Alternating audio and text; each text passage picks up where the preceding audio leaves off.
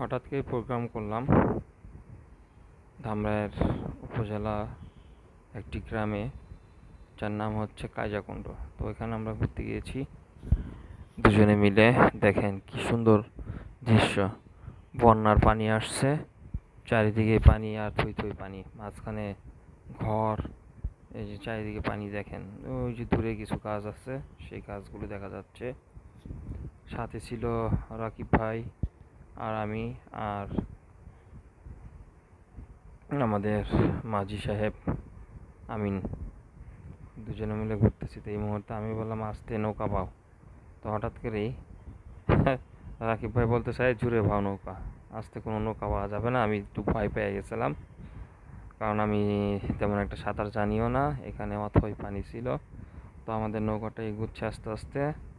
দেখেন কি সুন্দর পানি আর কত সুন্দর দৃশ্য, চারিদিকে পানি আর পানি, সুন্দর এই আকাশ।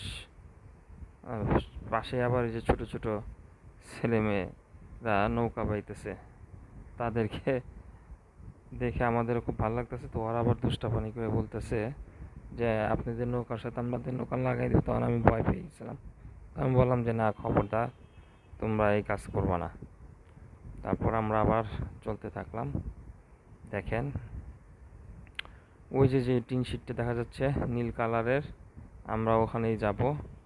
তো গন্তব্য প্রায় এসে গেছে আমাদের, খুব শীঘ্রই আমরা ওখানে যাব।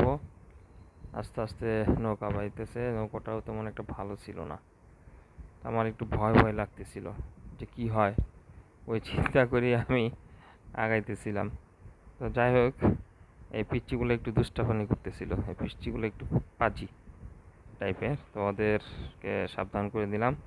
দেখেন কত সুন্দর আকাশ, একদম স্বচ্ছ আকাশ, সকালবেলার আকাশ, কি মনোমন সুন্দর একটি আকাশ। আমরা প্রায় এসে পড়ছি, খুব কাছাকাছি। হ্যাঁ, এই যে আমাদের দূরের যে গ্রামগুলো এখন দেখেন, ওরা আমাদের সাথেই ছিল সবসময়।